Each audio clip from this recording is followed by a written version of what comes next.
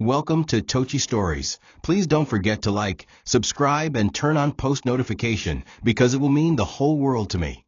Now let's get right into the story. Brace yourself. The clinking of glasses and murmurs of old money filled the high-end private restaurant in Victoria Island, where elegance danced with quiet corruption behind linen tablecloths. Chisom adjusted her apron and took a deep breath, balancing the tray of drinks in her hand. She had worked here long enough to know when something fell off, and tonight, her skin tingled with an unease she couldn't name. Table 5 had been booked for a private business dinner by men whose names she had only ever seen in the headlines of tech magazines and oil contracts. But it wasn't the billionaire at the center of the table that unsettled her. It was the man beside him, the one with the smooth grin and eyes that never blinked. His presence clawed at her instincts like a knife in the dark. Ikenna Okoye, the billionaire CEO of One Core Tech, sat at the head of the table, barely touching his drink. His face was composed, but there was a rigidity in his jaw as Bayo Olatunde, his supposed closest friend, spoke with a smile too polished to be real. Chisom had seen enough in her life to know when a man was masking danger with charm. She had grown up in a world where survival meant reading people before they showed their true selves. As she placed a glass of whiskey in front of Bayo, her hand brushed the edge of his sleeve, and a chill ran through her. He didn't look at her, but she could feel him registering her presence like a camera scanning a threat. Ikenna's eyes met hers for a brief second, just a flicker, and she saw something behind his guarded exterior. Not power, not pride, just exhaustion. Chisom walked back toward the kitchen, but her thoughts stayed with that table. She had never spoken out of turn before. Never. But something about Bayo's tone when he joked about cleaning up loose ends made her chest tighten. She didn't know what business they were discussing, but it wasn't just business. The air around that table was thick with false laughter and real intent. And for the first time in her shift, her hands trembled. She couldn't tell what Bayo was hiding, but she knew evil when she felt it. And if that billionaire wasn't careful, he'd lose more than his company. He'd lose his life. She didn't know if she'd be fired or worse, but tonight she was going to say something, whether he listened or not. Chisom stood outside the private restroom hallway, watching the reflection of Ikenna in the tinted wall mirror. He had just excused himself from the table, and now stood quietly, checking his watch with the calmness of a man used to controlling time. She took a shaky breath. Her conscience argued with her. This is not your world, Chisom. You serve their drinks, not their fates. But the memory of Bayo's voice, so low, so venom-laced, wouldn't leave her alone. With the little courage she had, she approached. "Excuse me, sir," she said, almost a whisper. Ikenna turned, surprised. His gaze settled on her, waiting for a complaint or maybe a flirtation. She offered neither. "I know it's not my place," she began, eyes fixed on the floor, "but the man you're sitting with, please be careful. I don't know what you two are discussing, but I've seen how men like him look before they take something that doesn't belong to them. I'm not asking you to believe me, but watch him. Just watch him." Ikenna's brow furrowed, not in anger, but confusion. He opened his mouth to respond, but footsteps echoed behind them. Chisom stepped back quickly, bowed slightly, and disappeared through the staff corridor. She didn't see the shadow watching them, Jide Bayo's right-hand man, who stood just around the corner, eyes narrowed like a panther marking prey. Jide returned to the dining table moments later and leaned into Bayo's ear. That girl, Waitress, she was talking to him alone, looked tense. Bayo didn't react immediately.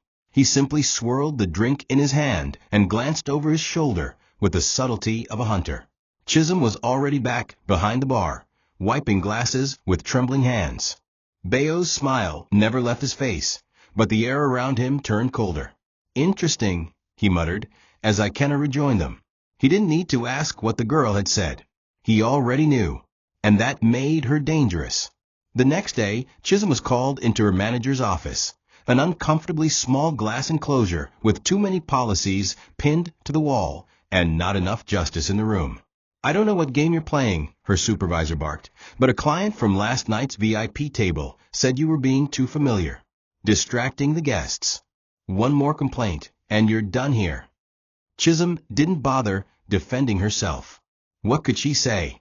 That she warned a billionaire about a potential murderer? That she saw through the man everyone else praised? She quietly nodded, took the warning, and left. But inside her, a small fire had been lit, not of rebellion, but of confirmation. She was right. And now someone powerful wanted her silenced. Meanwhile, Ikenna sat in his penthouse office, staring at his encrypted system logs. Something wasn't adding up. The previous night, a routine server update had failed, and now a segment of confidential data had been moved without authorization. He called his head of security, demanding access to Beo's activity logs. That warning from the waitress, it kept coming back, ringing louder than logic. Who was she? What did she see that he had ignored for so long? He found himself searching the restaurant's security footage from the previous evening. Frame by frame, he paused when she leaned in and whispered something to him. Her face was calm, but her eyes screamed urgency. And for the first time in years, Ikenna felt doubt pierce through his certainty. At a lounge across town, Beo lit a cigar and laughed over a call with Jide. "She's just a waitress," he said, his voice smooth and venomous. "But sometimes nobodies grow teeth. Find out everything about her, name, background, who she talks to. If she opens her mouth again, she won't be doing it with breath in her lungs." Jide nodded and ended the call. He pulled up her file from the restaurant's employee system. Chisom, 26, no next of kin. Lived with an old woman in Makoko. Jide smiled coldly. Perfect. A ghost with nothing to lose. What none of them realized was, sometimes it's the people with nothing to lose who fight the hardest. Ikenna's mornings usually began with tight schedules and filtered news briefings, but today was different. The night's silence had disturbed him more than he'd expected. That girl's voice, measured but urgent, kept echoing in his thoughts. Her warning wasn't loud or dramatic. It was the kind of quiet truth that people often ignore until it's too late. He poured himself a drink he didn't touch and opened his secure archive folder. Past business transactions, internal memos, cyber logs. As he skimmed through Beo's recent movements, a pattern began to form. Beo had been pushing certain high-level company transitions toward obscure shell corporations. Names Ikenna didn't recognize kept popping up in financial authorizations he'd never approved. He stared harder, his pulse slowing. Could it really be that the man he called a brother had been laying bricks behind his back to bury him? Back in the slums of Makoko, Chisom walked home barefoot, her flat shoes tied around her wrist to avoid the flood-soaked road. She passed children throwing stones into the gutter and vendors shouting out for evening sales. When she reached her compound, Mama Titi sat in front of the door, fanning herself, her face as wrinkled as the fabric tied across her chest. "You look like you carried Lagos on your head," the older woman said, chuckling. Chisom sighed and sat beside her. "Mama, have you ever looked someone in the eye and seen something dangerous?" she asked softly. Mama Titi's expression changed. She turned fully toward her and said, "Yes. Your mother saw it too. That's why she died." The silence that followed wasn't just heavy, it was ancestral. Chisom blinked, her throat tightening. She had never fully spoken about what happened to her mother, a market woman who reported stolen government food supplies and was beaten into silence. That memory, her mother's bloodied wrapper and lifeless eyes, was the seed of the fire in her. Far away, Beo was pacing his office, while Jide stood nearby with a folder. "She lives with an old woman, no family, no real connections," Jide said. "Grew up in Mushin. Her mother's dead. No father in the picture. She's not even a graduate, dropped out in her second year." Beo smiled darkly. "Perfect. No one will believe her. But she's bold, and bold nobodies become dangerous when they touch the right nerves. We either erase her quietly or put her in a place where no one hears her again." Jide nodded, already dialing a burner phone. Across Lagos, someone picked up with a simple grunt. Orders were relayed. The target was marked. And while the sun dipped below the skyline, somewhere deep in the underbelly of the city, plans to silence the waitress began to breathe. The next morning, Chisom arrived at work to find her locker ransacked. Her apron was on the floor, her shift card missing. The other girls giggled in the background, not maliciously, but with the kind of apathy poor people develop when they've seen too much. "You go offend rich man yesterday," one of them asked, half joking. Chisom didn't reply. She walked to the sink and washed her hands slowly, breathing deeply. Her instincts screamed again. Something was moving around her, unseen but intentional. She glanced at the restaurant floor and noticed two unfamiliar men dressed in casual suits sitting by the bar. They weren't drinking. Their eyes kept drifting toward the staff corridor. And every time she looked away, their heads shifted too quickly to be innocent. Her heart started pounding. At that exact moment, in his skyscraper office, Ikenna was watching surveillance footage from the last 5 months. Beo's image filled the screen repeatedly. Handshakes with questionable investors, too many late-night meetings, and one interaction that stopped Ikenna cold. Beo signing off on a shipment with a forged signature. His own. He paused the video and leaned back, the breath catching in his chest. How long had he been blind? The corruption was no longer speculation. It was systematic betrayal. He pulled out his encrypted tablet and cross-checked Chisom's warning against Beo's timeline. She wasn't wrong. In fact, she might be the only person who saw what others didn't dare to. For the first time, the billionaire wasn't angry at the truth. He was terrified that he had almost ignored it. Back in Makoko, Jide and two men stood in a dusty room above a mechanic's shed, laying out photos. Chisom walking home. Chisom at the water tap. Chisom at the church on Sunday. "She's predictable," one of them muttered. "Good. Then we make the hit clean," Jide said. "No noise. No blood in the street. We take her somewhere, end it, and vanish. No questions. No mess." But what Jide didn't realize, what Beo had underestimated, was that Chisom's invisibility was her shield. She had lived a life surviving shadows, reading danger before it breathed, and now, with her instincts sharpened, she was watching back. What they also didn't know, Ikenna had just called in his private security and uttered 6 words that changed the board completely. "Find the girl who warned me." It was nearly 9 p.m. when Ikenna's black SUV crept down the dusty road of Makoko, its tinted windows reflecting flickering yellow bulbs from makeshift stalls. His driver hesitated as the road narrowed. "Sir, this area." But Ikenna raised a hand. "I want to see where she lives." He stepped out, wearing a simple black polo and jeans, no trace of his usual elite armor. The air smelled of kerosene and rain-soaked wood. Children ran barefoot past him, laughing, and a teenage boy called out, "Big man, you lost?" Ikenna didn't answer. He walked slowly until he reached a small compound painted in chipped sky blue. There, under a lantern, sat Chisom, her eyes tired, her feet in a bowl of warm water, her hair in twists. Mama Titi sat beside her, fanning mosquitoes with a plastic tray. Chisom's eyes widened as she saw him. She stood abruptly, water splashing, heart racing. Ikenna approached, saying softly, "I didn't come to scare you." Mama Titi squinted. "You're the man she warned?" Ikenna nodded. Chisom stepped forward cautiously. "Why are you here?" she asked. He looked around the compound, the children nearby, the cracked pavement. "Because you saw something I didn't.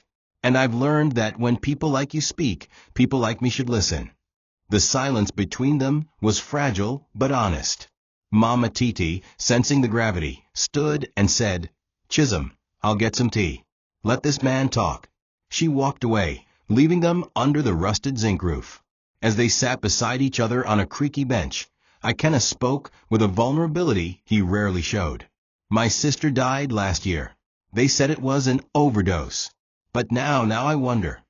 Chisom's eyes filled with sympathy, but she said nothing. She had known grief. Hers wore her mother's face. "That man at the table," she said. "He talks like someone who's buried secrets under concrete. I didn't know what you were discussing, but I knew he wasn't your friend." Ikenna leaned forward, elbows on knees. "You've lived a life watching your back, haven't you?" She nodded. "That's why you could see it," he murmured. And in that moment, beneath a fading lantern, in a forgotten part of Lagos, the man who built towers and the girl who served drinks met in a place neither power nor poverty could define: truth. Later that night, Chisom couldn't sleep. She sat in her room with her knees pulled to her chest, her fingers lightly tracing the edge of an old newspaper she had used to cover a hole in the window. The wind tugged gently at the paper, revealing part of a faded headline. Tech CEO's sister found dead in hotel room. Overdose suspected. She stared at the black and white photo beneath it. The woman's name was Ngozi Okoye. Her hair, braided to the back, reminded Chisom of how her mother used to do hers on Saturday evenings. There was something haunting about the smile in that photo, like someone who knew too much and had no one to confide in. Chisom's heart pounded. She remembered Bayo's voice from the night at the restaurant. People who talk too much always end up quiet. It hadn't meant anything then, but now it was a thread unraveling everything. As she stared at the photo, memories surfaced, one she had buried deep. She remembered the first time she had seen death. It wasn't on television. It was her mother's lifeless body, after she exposed food meant for widows being diverted by local officials. Her mother had been threatened, but she wouldn't keep quiet. One night, she never came home. Her body was found in a gutter near the barracks, with no proper investigation and no one willing to ask questions. Chisom had grown up carrying that pain like a weight in her chest. It made her quiet but watchful. She learned to read people, not from what they said, but what they tried to hide. Bayo's eyes that night had shown no fear, no remorse, just calculation. The same kind of eyes her mother had warned her about. And Ngozi's death? It wasn't an overdose. It was an execution dressed in silence. Meanwhile, across town, Ikenna sat alone in his penthouse office, the lights of the city stretching endlessly below him. He stared at Ngozi's autopsy report, then at the folder his private investigator had compiled. Prescription drugs were found in her system, but there was no prescription in her apartment. No video footage from the hotel hallways survived beyond midnight. Bayo had been out of the country when the body was found, conveniently, with receipts to prove it. But something didn't sit right. Ngozi had called Ikenna 2 nights before her death, saying, "There's something I need to show you. Don't trust the people who smile first." He had brushed it off, thinking it was stress. But now he knew. Bayo had been close to her too close. And now a girl from Makoko, with no degree and nothing to gain, had come out of nowhere to connect dots he had been too blind or too scared to trace.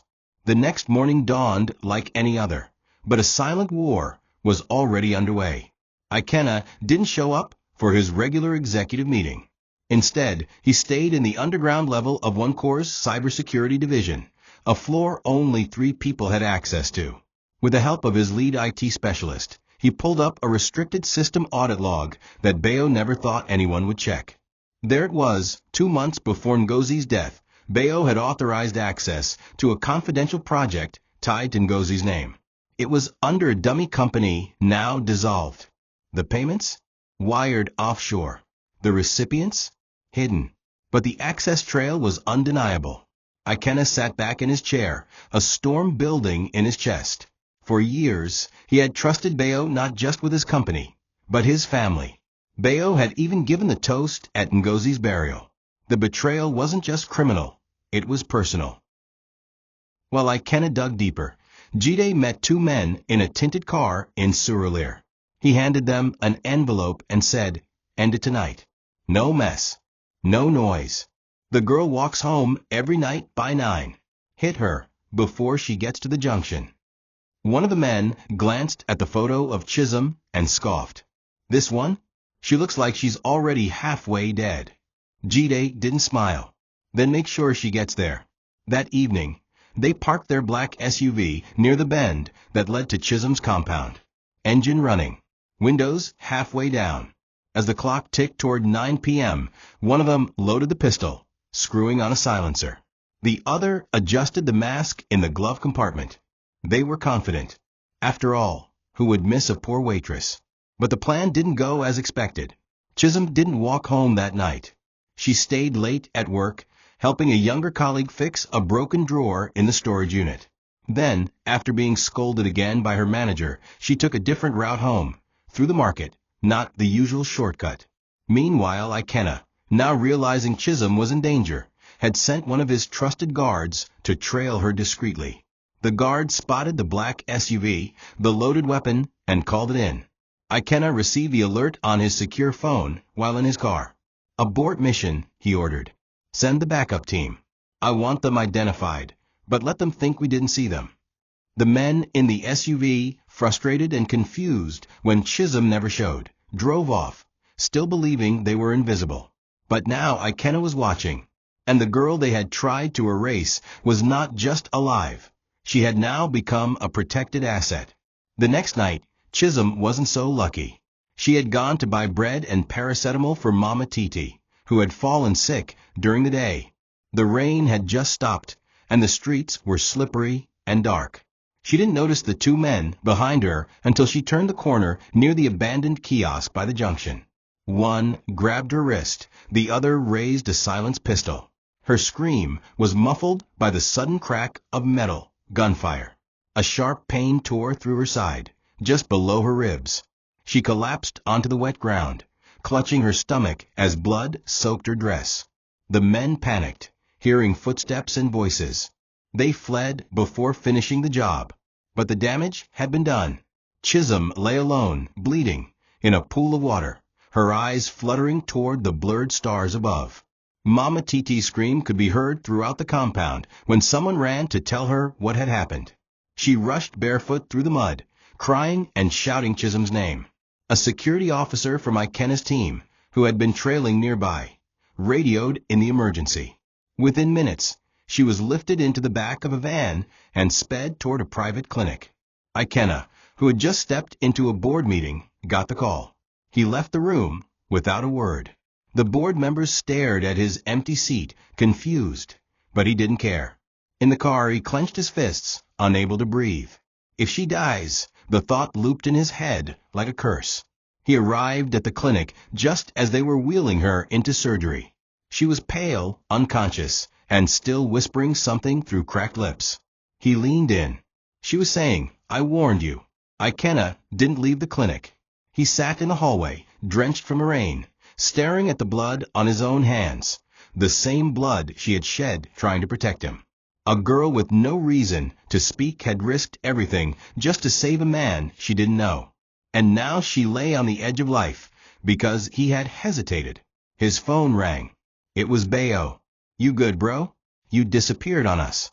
Ikenna stared at the screen and whispered, "You'll regret that call." Then he ended it. His heart wasn't just angry, it was broken. He looked at the closed door of the operating room, then whispered a vow to himself.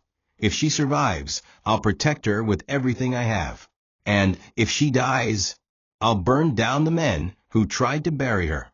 The silence in the hospital corridor was the kind that pressed against your chest. Ikenna sat there, elbows on his knees, soaked from the rain and from guilt. He stared at the flickering light bulb above the nurse's station, as if hoping it would blink him back in time. In his world, deals collapsed and empires crumbled, but never had someone bled for him. Never like this. And certainly not someone who had nothing to gain. When the nurse finally came out, her face was grim. "She's alive," she said, "but barely. The bullet nicked a lung, and she lost a lot of blood. We're still stabilizing her. It's a miracle she got here in time." Ikenna closed his eyes and let the words wash over him. Alive, but it felt too fragile. Like the weight of the world had been placed on a single whisper. He stood, trembling, and walked toward the glass window of the intensive care room. There she was, Chisom, tubes in her nose, bandages wrapped tightly around her torso, her skin pale under the fluorescent light. Her chest rose and fell slowly, like someone who was still fighting in her sleep. A nurse adjusted the four-line, and for a brief moment Ikenna saw blood drip into the wastepan and had to look away. It was too much. The weight of knowing that she had spoken up, warned him, protected him, and was now clinging to life because he hadn't acted fast enough. It was crushing. He slid down against the wall beside her room and covered his face with his hand. He couldn't cry. Men like him didn't cry, but his soul screamed with regret. What if she hadn't warned me? What if they had come for me first instead? Outside the clinic, security had doubled. 2 men in dark suits stood at each entrance, while a car with tinted windows waited in the shadows, watching for retaliation. Inside, Ikenna made a silent promise to himself. If she survives, she will never live like this again. Not in fear. Not in silence. He didn't leave her side all night. He paced, read through her chart, even argued with a doctor who was too slow with updates. When dawn broke and her eyelids flickered, he was there. She opened her eyes briefly and struggled to focus. You shouldn't have come," she whispered. Ikenna leaned forward. "You warned me," he said softly. "And I didn't listen. That's on me." Her lip trembled, but no tears came. Only silence. The kind of silence that came after surviving fire. And in that silence, Ikenna finally understood. This wasn't just about survival. It was about redemption. Chisom drifted in and out of sleep for hours, her body sore and uncooperative, but her mind alert. The beep of machines became her background music, but what startled her the most was not pain. It was the feeling of being cared for. When she fully awoke, she saw Ikenna still in the room, seated at the far end with his jacket draped over a chair. His shirt was wrinkled, his face unshaven, and there was something in his eyes, no longer just gratitude. It was shame. She turned her head slightly, winced at the ache, and whispered, "Why are you here?" He looked up slowly. "Because you saw something no one else did. Because you saved me. And because I didn't save you in time." He walked toward her and stood by the bed, voice low. "I didn't believe you. I dismissed you because you wear an apron instead of a tie." Chisom closed her eyes, a tear sliding down her cheek, but her voice was strong. "You're not the first," she said. "My mother tried to expose something once. A food relief program that never reached the widows. She went to the press. They silenced her. No one remembered her name." She paused. "I told myself I wouldn't be like her. But when I saw that man beside you, I knew I had to speak, even if no one listened." Ikenna was stunned. There was something in the way she spoke, gentle, but with decades of wounds behind her words. She didn't have power, but she had truth. And she had carried it like a cross on her back for years. In that moment, Ikenna realized how insulated he had been from the real world. In his boardrooms and luxury cars, betrayal came with fine suits and calculated smiles. He had forgotten that sometimes the loudest warnings came from the softest voices. He sat down beside her bed and gently took her hand. "You won't be silenced again. I promise you that. Not while I'm breathing." She looked at him, unsure of what to say. His eyes weren't cold anymore. They weren't the eyes of a billionaire scanning her like a risk. They were the eyes of a man finally seeing her for who she was. "I've set up protection," he continued. "Nobody can reach you now. But more than that, I want to help you live beyond this." Chisom blinked. "Why?"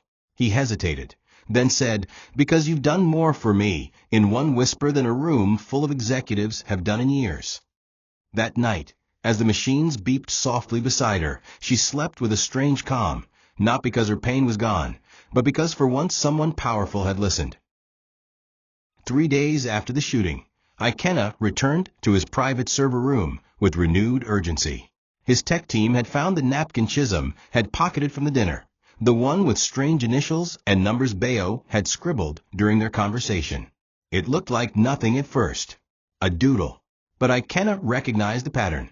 Ngozi used similar shorthand when making quick notes on confidential projects. He scanned it into the system and matched it with old development archives. A string of hidden folders emerged, buried so deep only someone with Bayo's clearance could have planted them. They weren't part of any active one-core product line, but they were linked to offshore payments, dummy contracts, and data transfers. And buried within them, he found something that made his stomach turn: Ngozi's name. The project was labeled NX-41. It was Ngozi's last initiative, an AI framework meant to detect financial corruption through digital footprints. She had pitched it to Ikenna 6 months before her death. He remembered brushing her off, telling her it was too radical and would invite trouble. But she had gone forward with it anyway. And now he saw that Bayo had accessed it weeks before she died, transferred core files, and then shut it down quietly. The silence around her death, so quick, so clean, it now made sense. She hadn't died from depression or overdose. She had been silenced.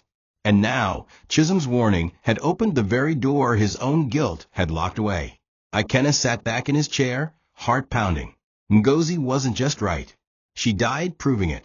He downloaded the files onto a secure drive, then locked the archive behind biometric encryption. As he stared at the screen, something shifted in him.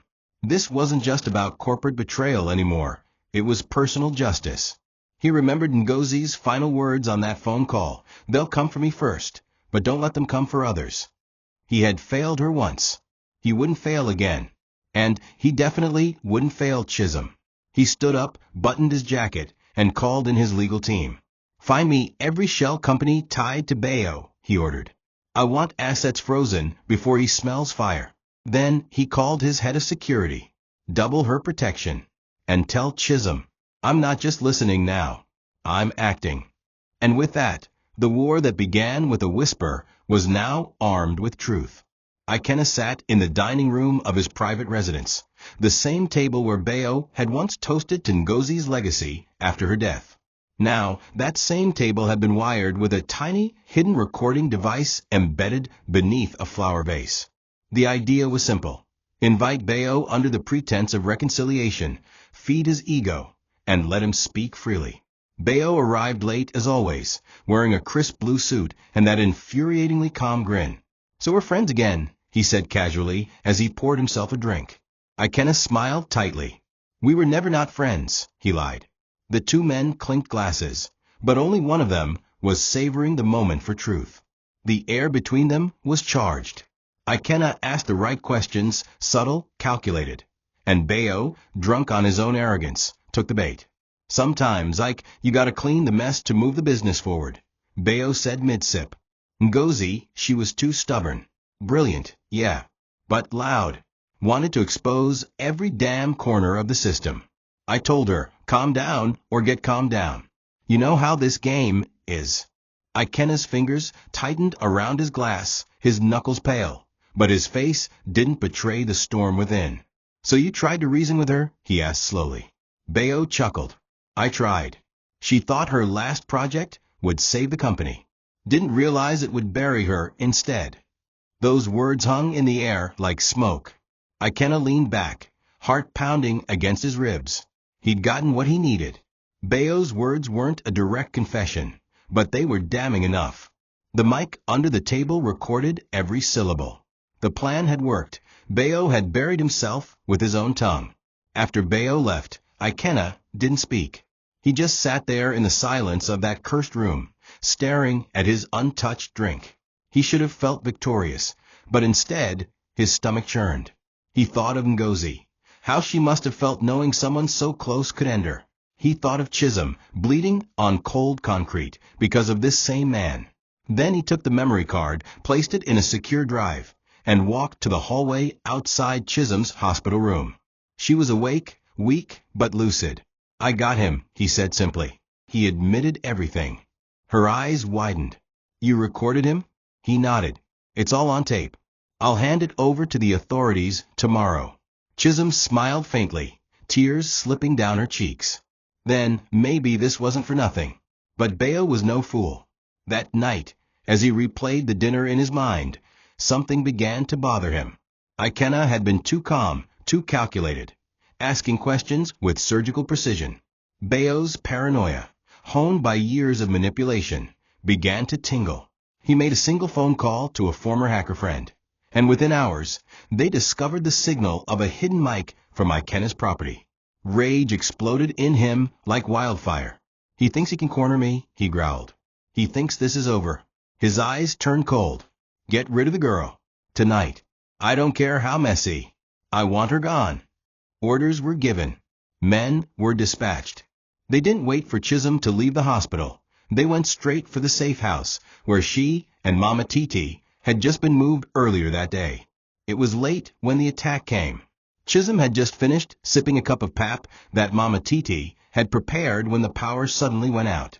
The backup generator didn't come on. She knew immediately something was wrong. Mama Titi moved toward the window, peeking between the blinds, and her scream was the only warning they got before a glass bottle with fire inside crashed through the front window. Flames licked the curtains instantly. Chisom grabbed Mama Titi's hand and yanked her toward the kitchen. "Inside the cupboard," she hissed. The two women crawled inside the lower pantry cabinet, barely fitting, holding their breath as footsteps echoed through the house. Smoke filled the air.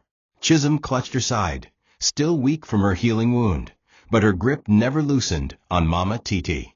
Just as the intruders began shouting and flipping furniture, floodlights exploded outside. Ikenna's private security, alerted by a thermal sensor in the walls, stormed the building.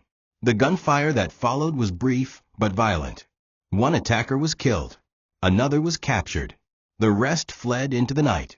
When Chisom and Mama Titi were pulled from the cabinet, coughing and dazed, Ikenna arrived minutes later, his shirt half-buttoned, panic in his eyes.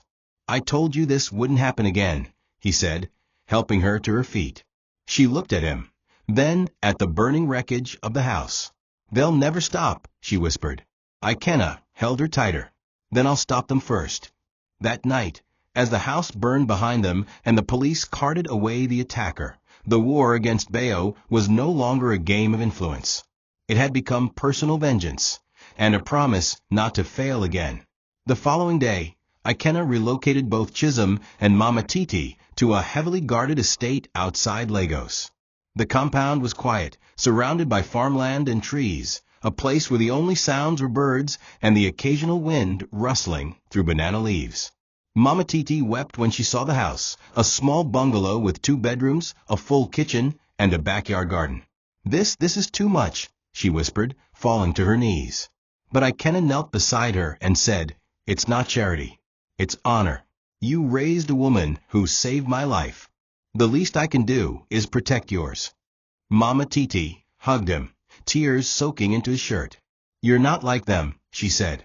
"You're not like the men who take and take. You give like someone who knows what it's like to lose."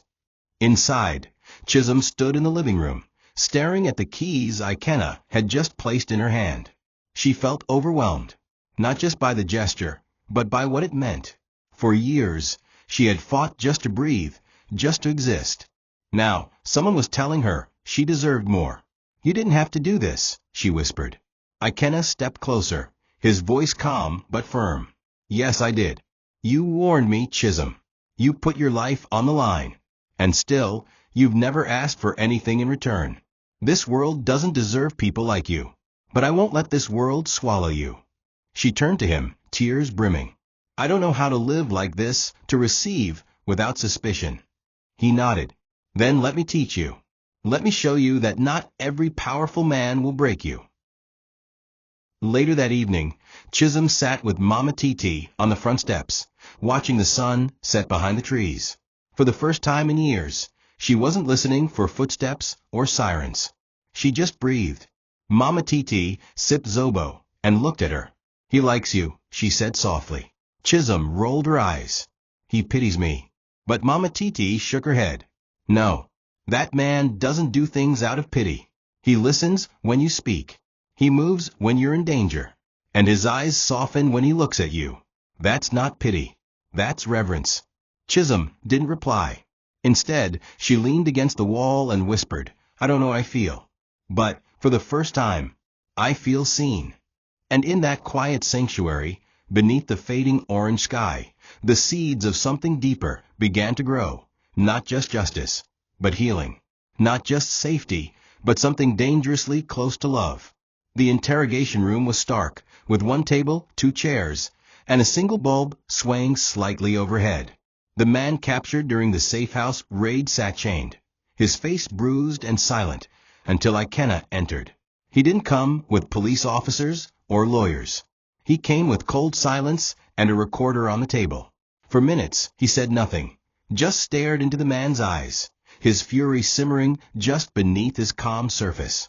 Then, with a voice sharpened by loss and betrayal, Ikenna said, "Tell me who sent you. Tell me why." The man laughed bitterly at first, but when Ikenna leaned forward and whispered, "You're already dead to them. But I can make sure you don't rot in silence," something shifted. Fear crept into the assassin's eyes. The truth poured out like water from a cracked pipe. He confessed everything. how Beo had paid him and others over the years to erase people who posed a threat to his position or secrets. He confirmed that Ngozi's death wasn't an overdose, but a planned silencing. The drugs were administered in her drink at a private hotel Sweet Beo had arranged under a fake name. He told them how Beo celebrated afterward, saying, "One less loud woman in the world." Ikenna sat motionless, letting the storm rage inside him silently. His sister had been murdered by the man he once called a brother. And now, the same man had tried to kill the woman who reminded him of his sister, the woman who saw truth before power. The confession was recorded, filed, and immediately handed to the authorities along with the audio from their dinner. The media would get it next. But for Ikenna, justice wasn't in the headlines. It was in keeping his promise. By noon, a team of federal agents raided one of Beo's shell offices. His accounts were frozen, his assets flagged, and warrants issued. Beo, returning from a yacht party in Lekki, was caught mid-celebration, surrounded by confused guests and terrified assistants. He fought the arrest, claiming slander and corporate sabotage, but the weight of evidence was undeniable. As the news hit the media, shockwaves erupted across Nigeria's business circles. A tycoon falling from grace wasn't new, but this fall came with blood, betrayal, and a waitress's name on every whispered headline. Chisom watched the breaking news from the quiet lounge of the estate with Mama Titi beside her. Her hands trembled, but not from fear. It was the surreal weight of seeing justice take shape, not as a fantasy, but as something real, something she helped spark. The following Monday, Ikenna stood before his executive board with a presence that was both familiar and transformed. The polished billionaire in a navy blue suit now carried something deeper behind his eyes, something fierce but human. He walked into the conference room, placed a folder on the table, and said, effective immediately, "I'm restructuring our internal affairs unit." The board members looked around, puzzled. The position of internal staff welfare liaison is being created, and I'm appointing someone who sees what most of us overlook. One of the older directors scoffed. "With due respect, sir, who?" Ikenna smiled slightly and slid a photo across the table. "Her name is Chisom, and she saved my life." Murmurs filled the room. A few laughed under their breath, until Ikenna slammed the folder shut. She saw through Beo when none of us did. She spoke when none of you had the spine to. And she bled for a warning you all ignored. So yes, she will sit in that office. And if any of you think you're above her, feel free to resign now. Silence reigned. Ikenna continued. She won't be reviewing spreadsheets or signing contracts. She'll be listening. To the staff. To the overlooked. And I'll be listening to her. Outside the building, a press conference was already forming. Rumors of Beo's arrest were swirling. But Ikenna didn't care about optics anymore. This move wasn't for the public. It was personal. It was a message to the world that quiet voices weren't weak. That dignity didn't require wealth. Back at the estate, Chisom stood frozen with the offer letter in her hands. She read it once, then twice, then again. It was real. A permanent appointment at One Core Tech under the CEO's office. She would have staff, a driver, access, a real seat at a real table. She looked up at Ikenna, who stood patiently across the room, watching her like someone offering not just a gift, but trust. "Why me?" she whispered. He walked over, took her hand gently, and replied, "Because I don't want another Ngozi to die unheard. And because the world needs people like you in rooms built to keep people like you out." Tears filled her eyes, but she smiled. "Then I'll do it. Not because I deserve it, but because you listened when it mattered." Ikenna didn't respond with words, just a look. One that said, "You saved me. Now let me carry you forward." Courtroom cameras flashed wildly as Beo was escorted into the building in handcuffs. He wore a sharp suit, but his face was pale and drawn. Reporters surrounded the steps, shouting questions that echoed off the walls like judgment. Inside, Chisom sat quietly in the third row, flanked by security. It was her first time seeing Beo face to face since the night at the restaurant. He glanced at her briefly, eyes narrowing, but she didn't flinch. She just stared back with quiet strength, a living testament to everything he failed to silence. Ikenna entered moments later and took a seat beside her, his hand gently brushing hers. "You okay?" he whispered. She nodded, but her hands trembled. "I've never seen justice up close before," she replied. He smiled faintly. "Now you're part of making it." The prosecution moved quickly, aided by Ikenna's evidence, recordings, financial documents, and the assassin's testimony. When Jide took the stand, the room held its breath. He confessed it all: the silencing of whistleblowers, the laundering of funds through NGO fronts, and the direct orchestration of Ngozi's death. He called it collateral damage, Jide said, pointing at Bayo. He said people who dig too deep end up buried. Bayo's lawyer objected, but the damage had been done. The jury looked disgusted. The judge, stern and sharp, called for a short recess. As people exited the courtroom, cameras turned to Chisom. Someone whispered, "That's the waitress." But no one said it with mockery. This time it was with awe. Outside, journalists surrounded Ikenna and Chisom. "Is it true she warned you before anyone else?" one asked. "She's not a staff member, she's just a—" Before he could finish, Ikenna turned sharply. "She's not just anything.